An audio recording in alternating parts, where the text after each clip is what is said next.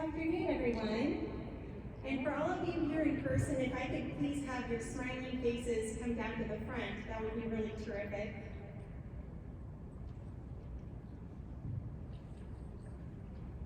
My name is Lacey Arneson, and I'm a Director of Corporate Partnerships here with SHRM. And I have the pleasure of introducing to you Eric Ellis for this session titled Overcoming Implicit Bias in Recruiting and Hiring. Eric Ellis is President and CEO of Integrity Development Corporation. Since 1991, his firm has served businesses, law enforcement agencies, and organizations by building cultures where diversity, inclusion, and respect flourish, driving business results. One of our nation's leading strategists on diversity and inclusion, Eric and his firm have won numerous awards, including the State of Ohio's Minority Business of the Year and the NAACP President's Award. Eric is a member of the SHRM Inclusion and Diversity Expert Panel, and Eric is author of the book, Diversity Conversations, 3rd edition, and co-hosts weekly broadcasts of the same name. After this session concludes, please be sure to complete the session survey under the schedule icon. And please allow me to welcome Eric to the stage. Thank you.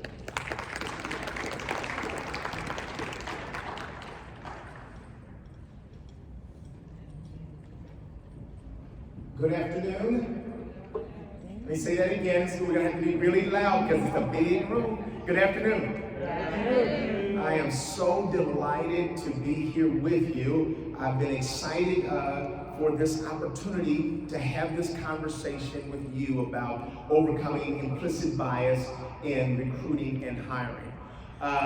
This year, I'm celebrating 30 years of doing this work full time. So I have been the president of Integrity Development, management consulting firm that specializes in diversity, equity, and inclusion for 3 decades.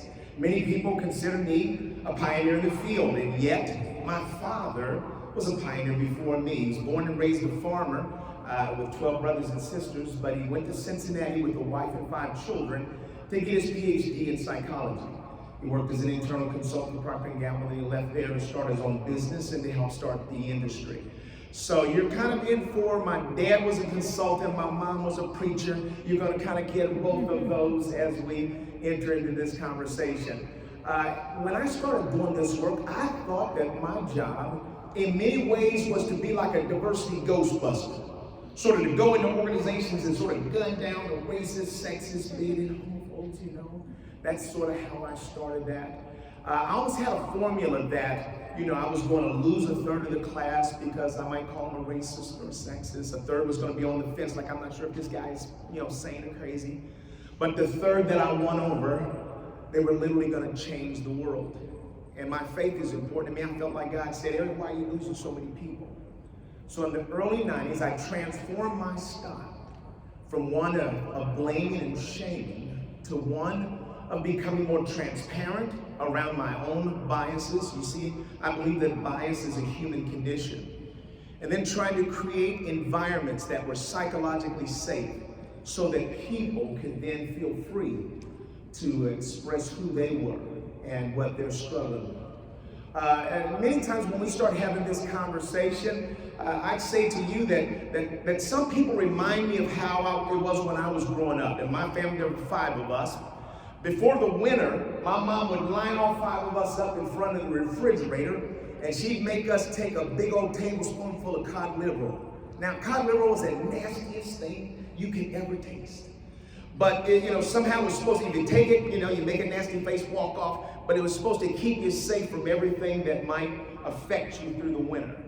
Oftentimes, how many of you can say that it seems like that's how people view diversity and equity work? Like cod liver oil, it's going to be horrible, you know, but somehow if you do this thing right, it's going to make you a better person.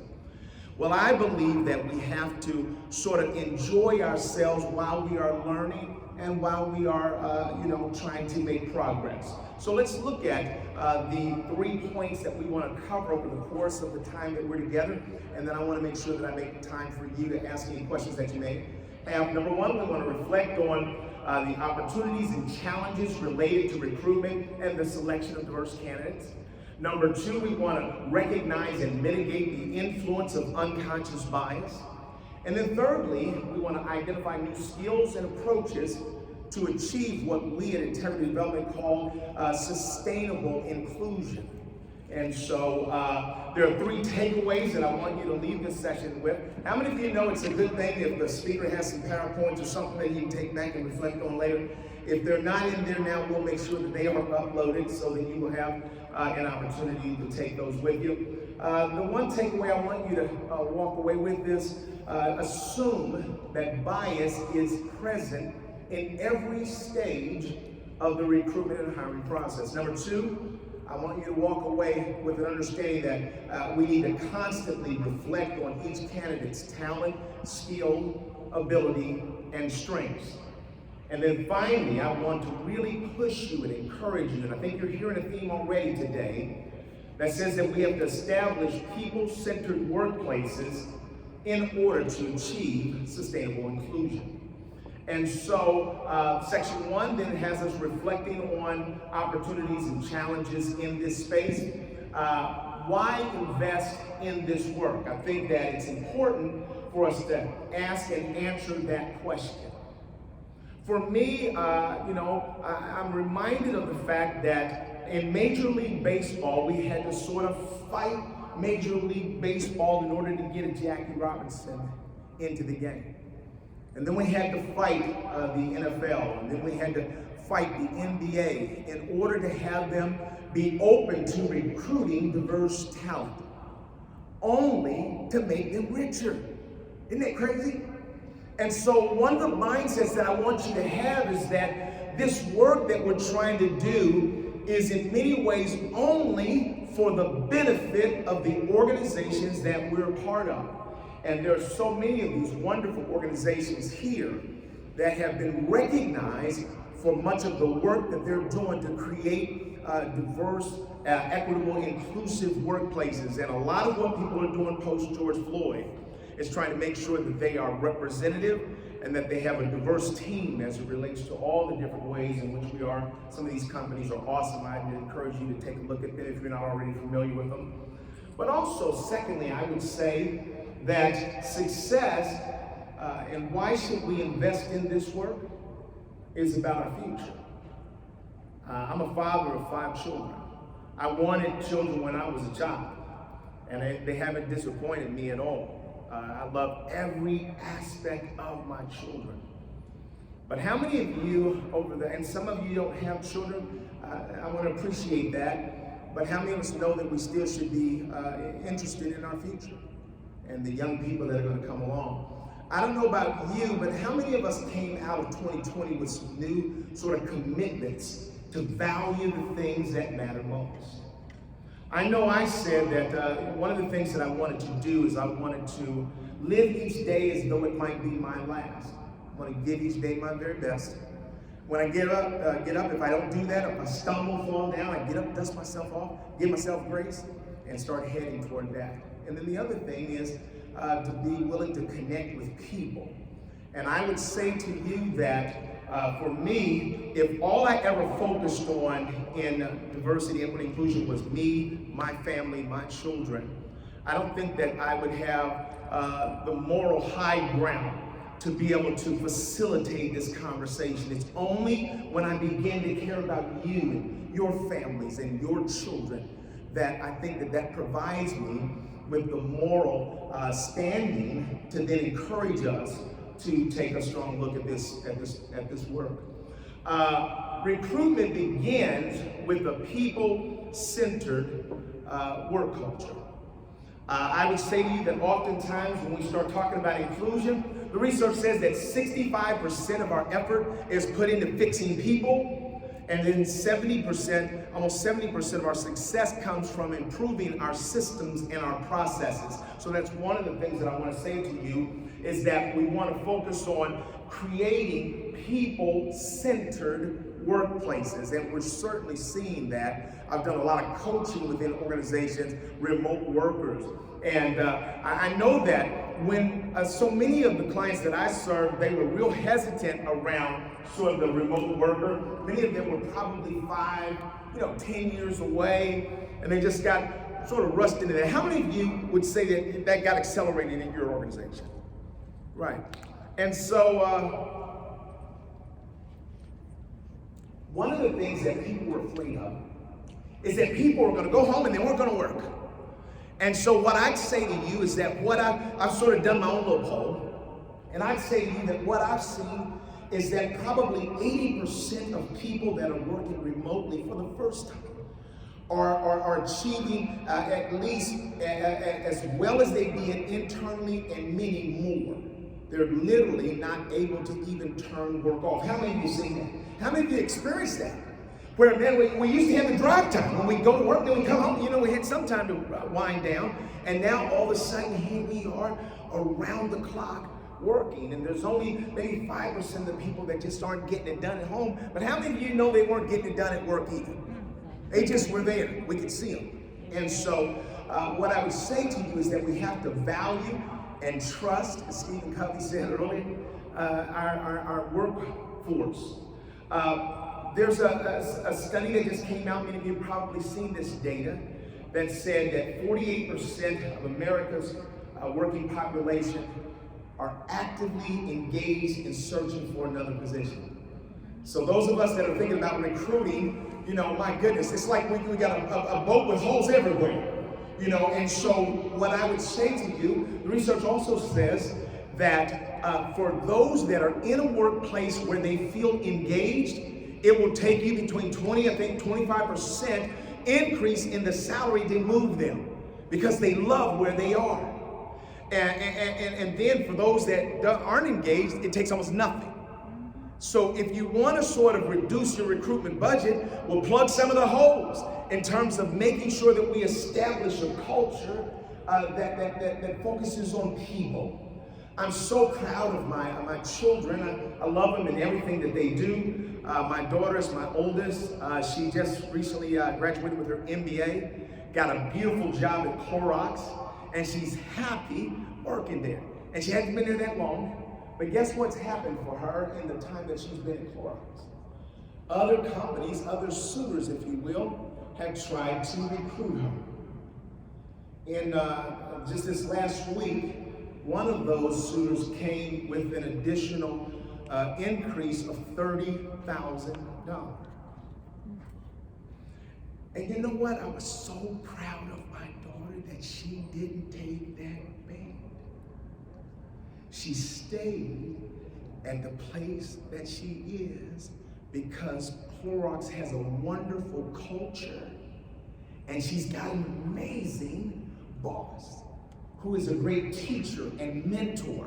And so I'm saying to you that they go hand in glove, but this notion that we can talk about recruitment absent a conversation about the culture doesn't exist. We have to do both of those. I looked at some of this data. I was looking at a study that said that full-time workers, Gallup did this, full-time workers around the globe, 85% of them don't like their jobs, 75% don't like their bosses. 79% of people who quit jobs, they quit them due to a lack of appreciation and or recognition. 50% of workers say they have greater trust in an absolute stranger, more so than their own boss. And then Gallup has an article that you can find right now that says, why are great managers so rare? In that article, they say in the typical organization, only 10% of managers are great, 20% are good, and 70% are mediocre to poor. They follow that up by saying 82% of the people that our leaders promote into management are the wrong people for the job. And that 72% of the average employee's decision to become meaningfully engaged is influenced by the effectiveness of their manager. Now, you know what I'd say to you? That's the condition before we ever open our mouth to talk about diversity, equity, and inclusion. We've got a people problem. And here's what I know, because I've been doing this work for a long, long time. It's like I've been driving around the same neighborhood for 30 years. Here's what I know. How many of you would say that you know that your president or your leader really does care about people? Right? So it's not that CEOs and executives are sitting around saying, how do we do the people in? That's not what's happening. Here's what I've seen. That they're oftentimes falsely focused on profit. And I would say you can't actually focus on profit without focusing on diversity, equity, and inclusion. And number two, they're focused on their products and their services. So they spend the bulk of their time on those things, and they believe that the people side of the business should be on autopilot. It won't happen by itself. There's other research that says that 2 million people leave their companies each year due to a lack of fairness, due to unfairness, at a cost of $64 billion. Did you hear that number? Like $64 billion. You know, when I was coming up, I'm gonna date myself a little bit. If somebody said that they had a job on commission, what do we think about people that were working for commission? Well, that's no job at all, right? I tell you, the job I do today on commission is the one that I have. I work with any company for just 5% of what I can save them or make them by listening to their people. Here's what I've learned. My greatest two learnings over the last 3 decades. Number one, not profound. People are an organization's greatest asset. Number two, they have the answers. That's what I've seen over and over and over again. So we have to constantly be tapping into our people in order to work on creating this kind of culture that will then be attractive to the people that we're seeking to recruit. I would say to you, this is a revelation that sort of has come to me in the last few months, that wherever there is subjectivity, there is bias. Can you say that? Say, wherever there's subjectivity, you have to say it really enthusiastically. Let's try it again. Wherever there's subjectivity, there's bias. That's exactly right. It's a human condition. And so we've got to constantly be on the offensive to try to understand where subjective judgment exists within us, within our organization. We are underestimating the power and the cost of bias. The research says that we overestimate our ability to manage our biases. And so I'm going to say to you that that's something that I want to encourage us to work on. I love this gentleman here. Name is John E. Pepper. Anybody know that name? He's in the CEO Hall of Fame. John Pepper, I wrote a book, Diversity Conversations. I'll be doing a book signing after this. But John Pepper wrote the foreword on that book. John Pepper is a legend in Cincinnati business. He was the president of Procter & Gamble for many, many years. And I remember the day that I met him. It was before I started my own business. I was running an organization called Inroads. Anybody familiar with Inroads? That's an excellent organization you want to take a look at. They sort of recruit, develop, and place talented minority students with major corporations, government agencies. And so I was working there, and I got a call. Hey, Eric, this is John Pepper. Sure, this is John Pepper. No, yeah, it was. And so we built a relationship, a friendship. John Pepper was known as the people's CEO. It was not uncommon for him to call people on the front line and just ask for their perspective. And so when he got to the level of president, he stalled. And people began to question, why is John Pepper not the CEO? The reason why he stalled was because the board felt like he was too people-focused. And he wasn't a tough, hard-charging president. So they weren't sure that they could trust the future of the company in the hands of a man who would care so deeply about the people. And so they finally, after a lot of pressure from the employees, they promoted him to CEO, but they restructured the organization so that they took a senior vice president and sort of torqued up that position to make it supercharged with power. And John was not an ignorant man. He saw that. He realized that they were just sort of kind of going through the motions. So you know what he did? Out of honor for the company, he restructured them again and restructured himself out of a job and turned it over to the person that they thought they wanted. You can check the record and see what happened. When John Pepper left, started tanking. You know what they had to do? They had to go into retirement and find John Pepper. I love this story because I watched it. And here comes John Pepper, proverbial. He comes riding back in on a white horse. And he comes back with those relationships and with the love and trust of the people that worked at Procter & Gamble. And he began to rally the troops in a way that sent them into another stratosphere. They got back on strong footing.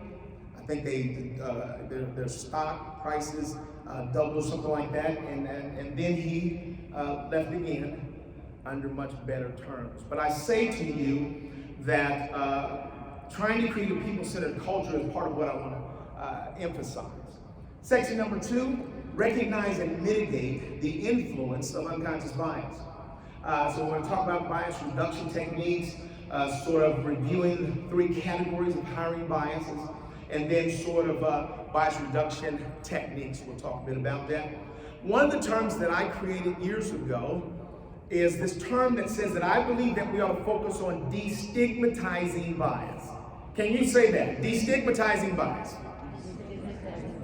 Okay, so what does that mean? Well, I'm saying not that, there's no problem with bias, but I think that we have to destigmatize bias to make it more possible for people to identify the biases within themselves, to own them, and to be prepared to work on those.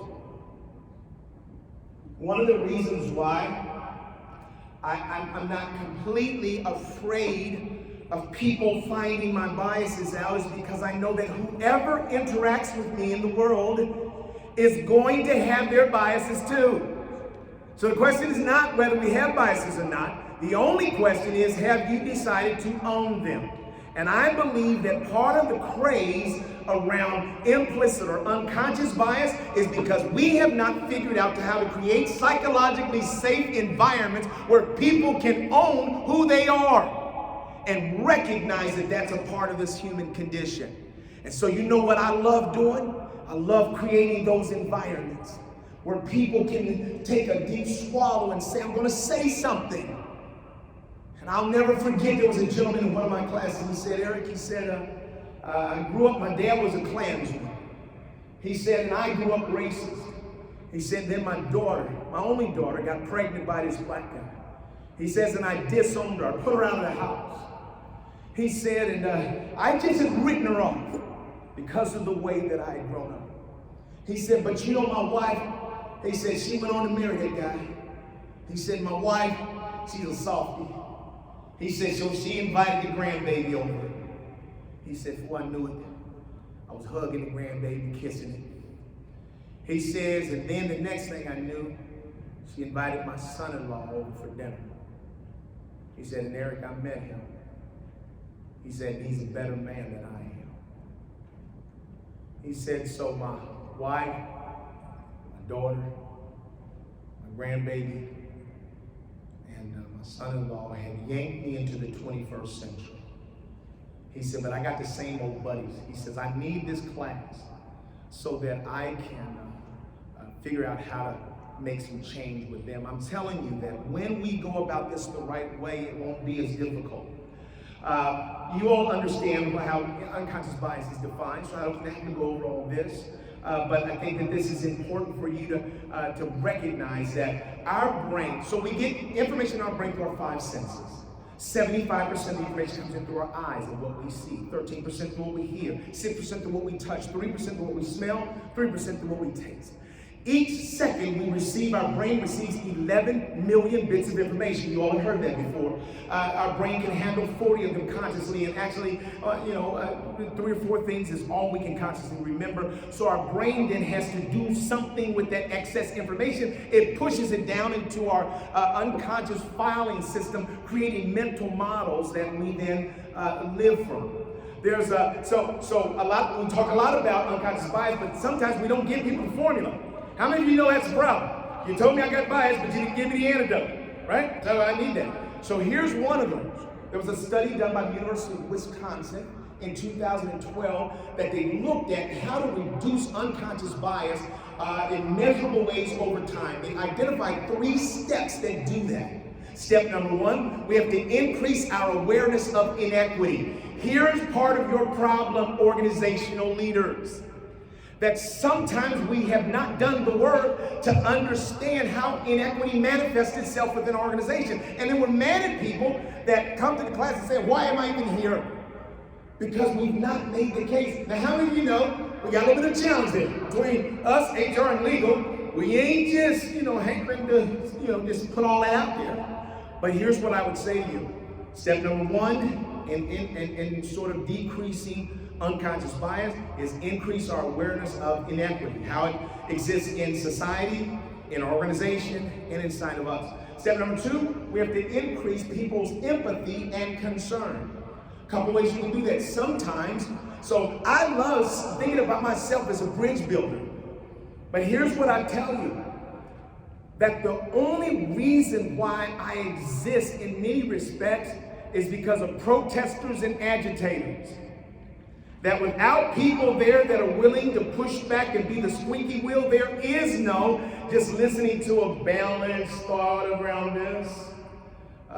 We actually need pressure sometimes to make us do the right thing. So sometimes pressure on our organization takes out, increases our empathy and concern. Sometimes, how many of you have engaged in listening sessions? Where you've done listening sessions with some of your diverse workforce, and you've asked them to talk about their experiences. And that can be helpful if you're going to stay with this over time. If you're just doing it because some other company did it, now you think you want to do it, please don't do that. Because you're setting people up for failure. One of the things I've seen in schools is that we'll go into a school and we'll have the kids, how many of you seen that exercise? We put them up against the wall. If you got two parents, take 2 steps. We do all that. Here's the problem. Those young people trust us, and they sit down and they pour out their hearts to each other. But you know what happens?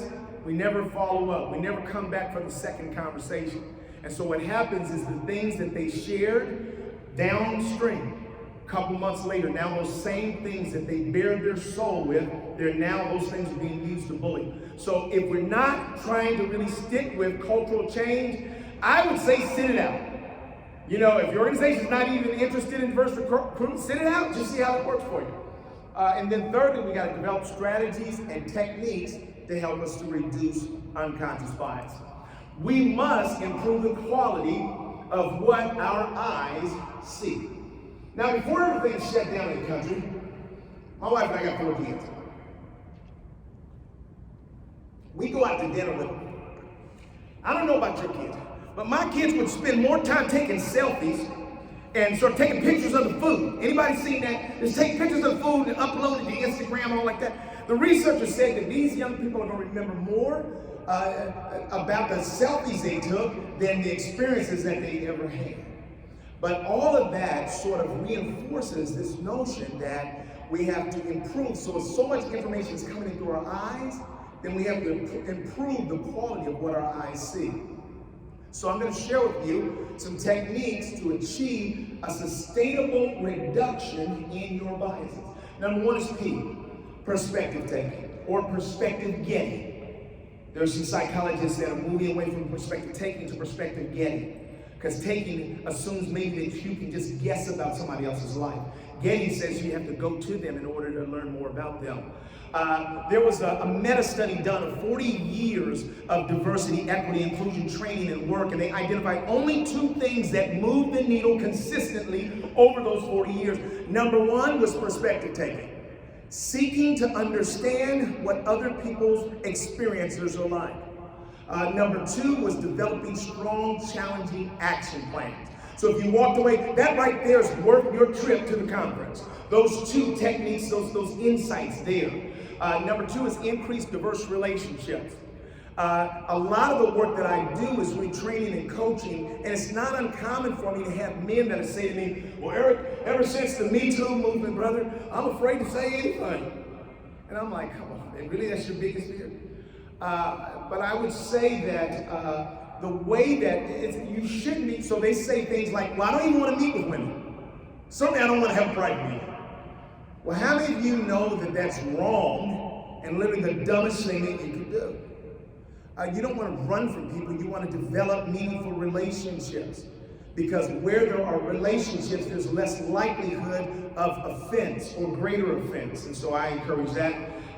We also know that one of the ways to increase diversity in organizations is increase diversity on your hiring panels and on your promotion panels. And then the develop challenging action plans. And then the last two S's are sort of slow down your processes. How many of you people are asking you to supply with too many people? Right? We need candidates.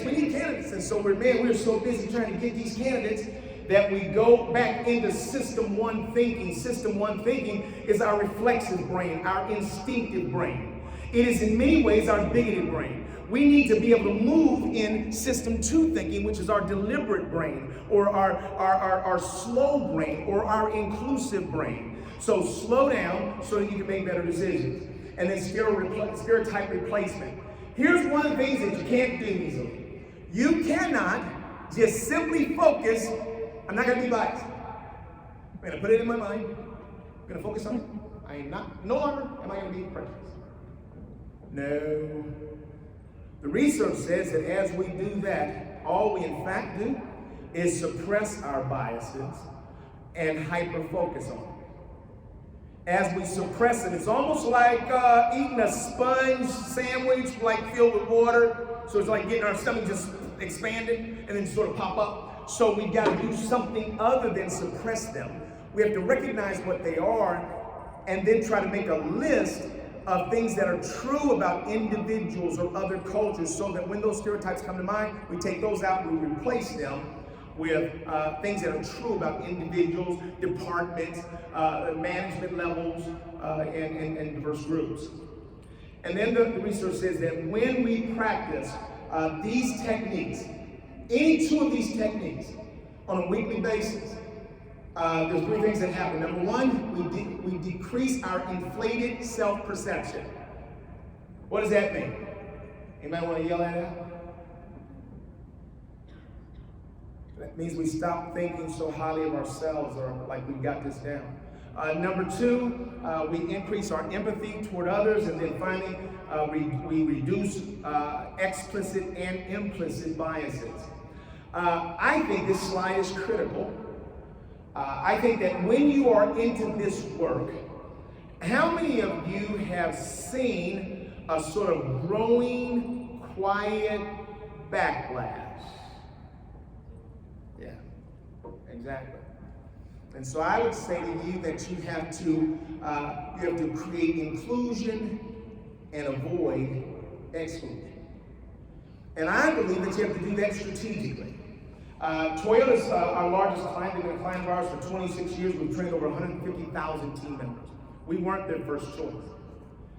They had a company that they selected off one of the big coasts that came into little Georgetown, Kentucky, tell those people that they were going to change all of their beliefs. How long do you think that lasts? Well, not very. And so when they found me, they weren't even sure they wanted to have the conversation. They were like, Eric, I tell you what, why don't you just come in? You don't even have to say anything. Just sort of stand around and let everybody look at you. What do you guys think? You know, everybody had their finger on a button like, eject him out of here. And so what I did, the first thing I did was tour the plant. You know what I saw? Repetitive motion work. And I said to myself, you can put a math formula on how many times you can do that before that shoulder's gone. I wonder who's fighting for the safety of the team. The second thing I saw is that people that didn't have college degrees weren't being promoted into first and second level supervisors. So the first two diversity issues that I dealt with were not racism, sexism, sexual orientation, bias. They were safety, and they were classism. I created this model that says that whenever you start talking about inclusion, I actually call it the power three. There are three focus areas that you cannot avoid. Number one, you have to make sure that you are addressing the diversity issues of the dominant culture. How many of you, that may be the first time you heard that? Yeah, but you have to address the diversity issues of the dominant culture. That's oh wow. And then, if you don't, you get backlash. Because people are self-interest oriented. I'm not saying anything negative. How many of you know that's true? That's kind of where we are.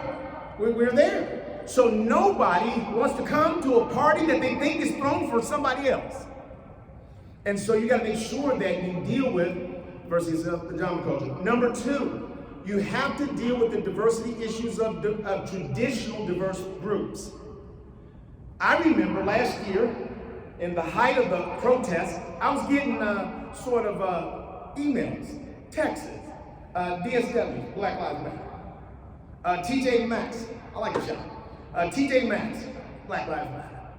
And I was saying to myself, a year ago saying that was like saying a four-letter word. Now I'm getting them as texts. Here's what diverse people are saying within your organizations. Don't show me your slogan. Don't show me your statement. Show me your leadership team. Show me your board. Show me that you're serious about making change. So if you don't deal with real diversity issues of traditional groups, you get backlash from them. And then at the third level, we have to deal with sort of the supervisor-supervisee relationship. Let me move on. But I'm just saying we have to really focus on that. In hiring, there are these three categories of hiring. Whoever you listen to, they'll say 1,000 different ways. I'm going to say it to you this way. Sort of three categories of hiring. Visual is what we see. Prejudgment, what we think. And then similarity is how much you're like me. This first one, there was an OSH study, an experiment that was done in the 50s around conformity. And they sort of did this study, and sort of they have 8 people in a group, and 7 of them would be with the research team, but 1 would be sort of the test case. And they asked them to determine which sticks were like the sort of the target line. Which of these other lines were most like it. And then they get it right, but then when the 7 people said like C, the person who was the subject oftentimes would conform to go along with that. And so one of the things that you have to do is when you're thinking about your hiring and your recruiting, you have to say, how do we avoid, people sort of conforming to what they think others are looking for as opposed to standing up for what they think is really right. Let's look further at this. So we're familiar with sort of visual bias, beauty bias. The research says that people that are more attractive oftentimes have higher levels of self-esteem and all kinds of other things. But none of that is really letting us know, are they qualified to do the job? It's great you come to work with self-esteem, but that may not be helping us. So we have to avoid looking at style over substance. Now, I know that as soon as you hear sort of attraction bias or beauty bias, how many of you know if you gave me a test, do I choose people that look better or better looking? How many of you know we get the answer right? No, you don't. But how many of you know that one of the first things we do when we hear about a candidate is go try to find them, don't we? Ain't that true? We go try to find them. Find as much stuff. Matter of fact, the new frontier of discrimination is social media. Because we're going to social media and we're seeking out information that is illegal for us to ask in an interview. And so I just tell you, keep your eyes on that one. Sort of affect heuristics. How interested am I in what a candidate looks like? I've seen people, a new person gets hired. Some of the team members ask, hey, did you see them? Yeah, what do they look like? Well, no, they look a little lazy to me. I mean, just people make judgments. That's just what we do. And so we have to recognize that that's a part of who we are. Am I judging a candidate because of job-related responses that makes me sort of less aware of their qualifications? So tattoos, pink hair, and this brother right here, would anybody hire him unless they knew that he was a graduate from, it just shows you in a dramatic way that we are making judgments based on what we see. Number 2, we have these prejudgments. We all make these prejudgments. There's one study said that 60% of interviewers sort of determine if a person's a solid fit within the first 15 minutes of the interview. 30% make it within 5 minutes. Let me sit down with a candidate in 5 minutes and say, okay, I got it. A third. Isn't that crazy? So while we all sort of can say we don't do it, man, research is saying something different. And so which one of these applies to you? as me and my team, we're doing searches for organizations right now. We really do have to talk openly about our own biases. Even though I've been doing this work for 30 years, we still want to make sure that we bring some of those front and center. Confirmation bias, we will sort of link onto a couple of things and then sort of see if, that confirms what I believe. And oftentimes interviewers, we have more confidence in our ability to make sort of fair choices. Sort of expectation bias. If we had somebody in our mind that was so perfect for the job and worked it for 15 years, now the next person we're looking for, we're trying to replicate that person. We have to sort of avoid that. You can look into all these things. There's the halo effect. You're familiar with that. Sort of, something that I like about you, and then I don't follow up on anything else about you. Or the horn effect, something where it's a negative, the town that you came from, maybe the church that you're a member of, or whatever, or the political party that you're in. And I'll literally put horns on you. And so here's what I would say to you. Self-talk is what we need to do. During interviews, we've got to have self-talk. Hey, don't allow that halo or horn to make me miss this amazing talent that's in the person once I get to understand who they are. So you want to make sure that you're constantly talking to yourself around this. Similarity bias, people that are like us. We know that many of us are oftentimes feel good about people that are like us. These are some common biases when reviewing resumes that we certainly run into. Here's some interviewing best practices kind of things that will be helpful for you. It's important for you to be consistent. Same number of interviews, ask the same questions across candidates, the same amount of response time. Sometimes if you get so comfortable with some that you give them more time, you learn more things. You want to try to make sure you balance that out. You want to be open-minded. Recognize that talent can come from a wide range of backgrounds and have various sort of candidate experiences. We're doing a search right now with an organization, and we're looking for a VP of HR. But what we're believing is that we don't necessarily want to just sort of limit that to traditional HR experts that know sort of all of the technical parts of this. That organization really needs somebody with an organizational development background as well. How many of you know that HR professionals are oftentimes frustrated because their companies tap them more around their administrative knowledge than their strategic knowledge, right? Yeah, so that's a problem. We got to work on that. Take notes. Notes are evidence. We heard a lot about that. Extemporaneous notes when the FBI was on trial, we heard a lot about that. But it's evidence for us. We need an objective record so that we can then reduce the bias. You've got to stay curious. I love the first one. When does your gut feeling show up? Now, there are a lot of people, how many of you have heard, don't start trusting your gut? I would say, hold on. Put a process around it. In other words, your gut may have something, but you've got to just collect more information and make sure that everybody else is collecting that so that you can say, here's what they said in this interview that caused pause for me. I'm not throwing them out, but everybody else look at that. Did the facts change across interviewer? So that which I thought was a gut feeling, if I see it then backed up over time, you can actually put a matrix around that so that you can use it as data. Manage, don't sort of eliminate. We want to talk about strength-based and experience-based interviews. Those are part of the best practices. Section 3 just basically says identify some new skills and approaches to achieving sustainable inclusion. Assess potential biases in your recruitment funnel. How many of you all are familiar with the recruitment funnel and you study it? Anybody? Okay, thank you. And then achieving sustainable inclusion in recruiting and hiring. So here's what we say. That one of the things that I want you to do then is to recognize that you actually have a recruitment funnel where people are coming in from the application to the pre-screening to the first interview, assessments that you might be conducting, final interview, offer, hire.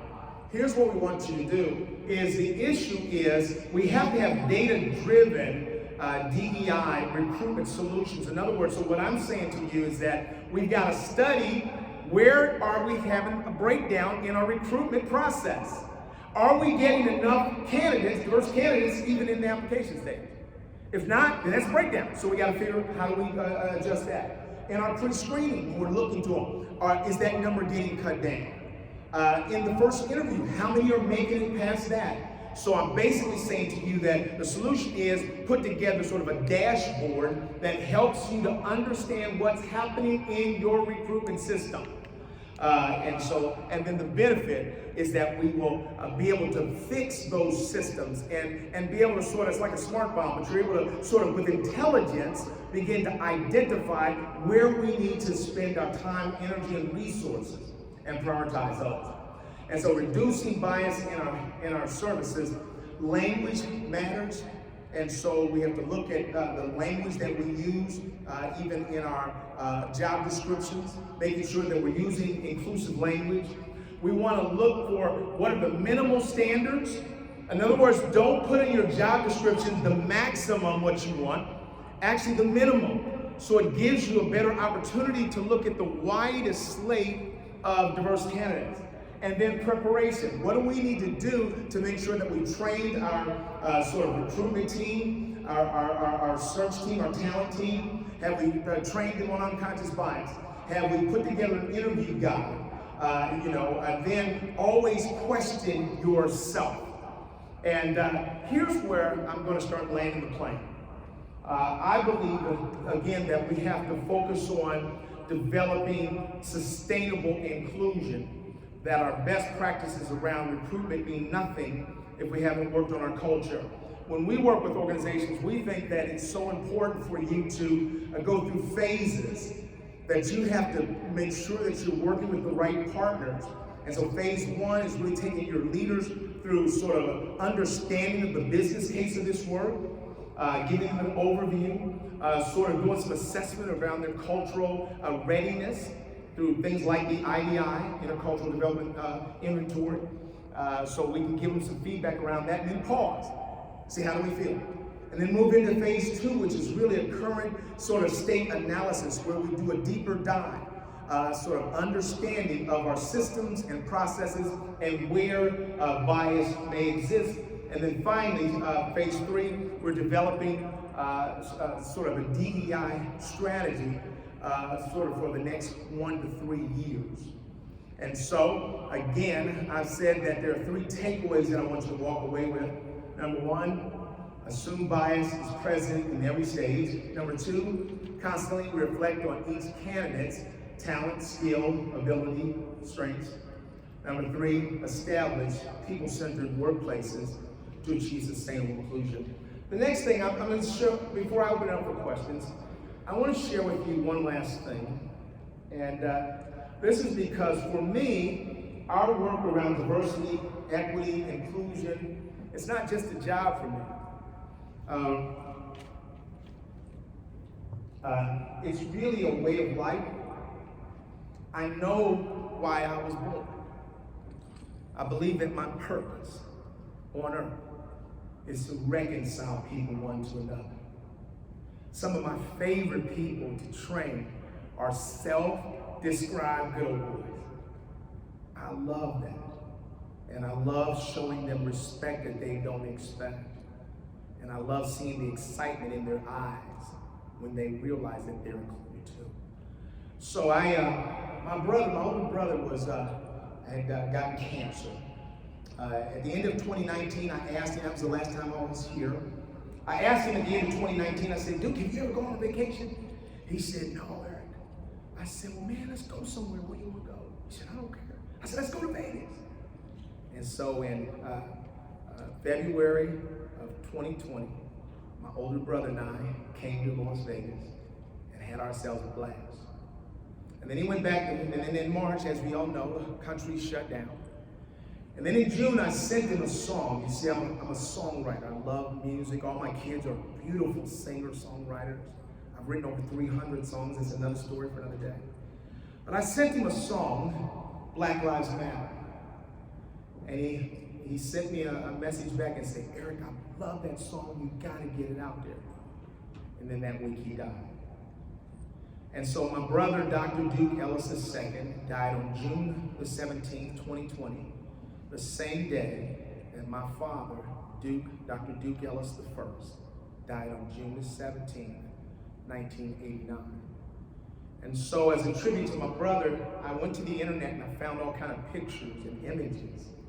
And I put them together in a music video that I just want to share with you as we close. Tribute to my brother, but it's also a reminder to all of us that Black Lives Matter. I think I just press this button maybe.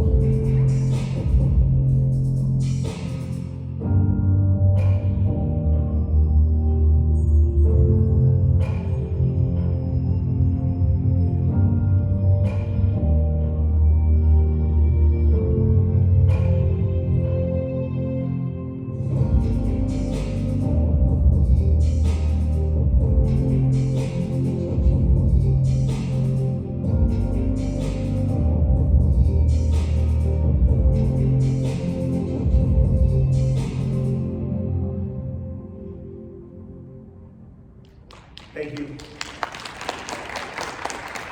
And so the floor is open for anybody that has any questions. I'm wide open. I'm an open book. And if I miss you this time, maybe we'll get a chance to talk later. Yes. I have two questions.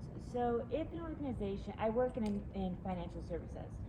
So the management team in my investment banking firm, is not surprisingly old Caucasian males. So we have tried to diversify our talent pipeline. But no one really, in their right mind, say, we use undergrads coming out of HBCUs, will realistically apply to a position like firm because they can just take a look at the website and see that they're not adequately represented, especially in the leadership level. So my question is, how do you fix that? Thank you for that question. I would say that's not easy. Anything that's important takes time. But I would start by saying one of the things that we have to investigate is what I define as our paradigms to explain our failure. And so we have to almost, so we come up with, nobody would ever, people are interested in a great job at a great company working for a great supervisor. So if we have that, then we want to sort of promote that and really let people know that we're interested. I would say also that we can't simply focus on growing them from the bottom. We got to sometimes bring people in at higher levels, whether they be women or people of color, so that they can see that we're serious about making change. Thank you. Anyone else? Other questions? I got one. Yes. So our president, who I look at as a pretty progressive guy, and myself too, we 2 years ago we hired my boss, and I remember when we were going through the process of that, and we literally said we need to hire a woman, and we need to add more diversity. But how do you make it not come off like something that we just need to do? And I know that we need, it's just I worry about not coming off organic. Right, I love that. Thank you for the question. Here's what I'm seeing today. That companies, so you remember the data that I spent time talking about, we're blowing it in terms of creating a people-centered culture in general. And then from that backdrop, we want to jump off into some type of race theory, or we want to have these big dialogues on racism. Whoa, no, we're not ready for that. So I think that we have to make sure that we are doing things in parallel, sort of tandem. It's okay to be focused on trying to diversify, but you have to also make sure you're working on your culture, and so that white males still know that there's still an opportunity for them. My children, I got 4 children. In order to be fair to them, I gotta treat them differently. If I send them both to their room to read over like a punishment, you go to your room and read. The one would say, what? The other would say, yes! So give them the same thing, and they respond differently. But I'd say that we have to make sure that we understand the challenges of our white male employees and that we're addressing those too, and then I think we shouldn't have as much problem with being diverse in our efforts. Yes? We have a question from our virtual attendees. When developing a DEI recruiting strategy, would you recommend adding belonging, DEIB? Yeah. So there's so many ways we can look at this, and at the risk of sounding cheesy, I don't think we should worry ourselves as much in what we call it, because what I've seen is we've been fighting the same battles, and I've watched this whole thing start from affirmative action to racial sensitivity to race gender sensitivity, encounter groups, to then sort of diversity, then diversity inclusion, not diversity inclusion, equity, now inclusion, so we doesn't matter what we call it. But I think it matters what we do and what we commit ourselves to stay with. Belonging is powerful. I love that. But I don't feel as much like I belong if I'm not being paid in equitable ways. Thank you. Anyone else? Anybody else online? One more question. Yeah. See, in phase 1 of DEI Foundation is your first interaction with the executive team and then observing departments. And in phase 2, what steps do you take in aligning with the executive team and conveying the current state analysis? Great question. So this, we've been working on sort of strategic work around DEI for decades. But the pandemic sent everything to a whole nother level. So on March of 2019, when your business is all about bringing people together, now we're socially and physically distancing, I went down to 2 clients. My wife's been telling me over the last decade, you gotta go virtual. I thought, I don't even believe in it. These companies won't bring people together, and now I'm down to 2 clients. So I had to pivot, to digital. And so many people overran us with interest that our response was to say, let's start with a webinar with your leadership, and then decide if it's even a fit at all. And then we're going to do some assessments. So we take through the IDI so that they know their own sort of perceived orientation and then their developmental orientation, how others see them. And then we coach them and we pause. So yeah, I think that we have to start with our leaders. Let's educate them. Let's give them some information. Let's coach them and then let's pause. And then phase 2, what they ask about that? So phase 2, I think it is a dual path.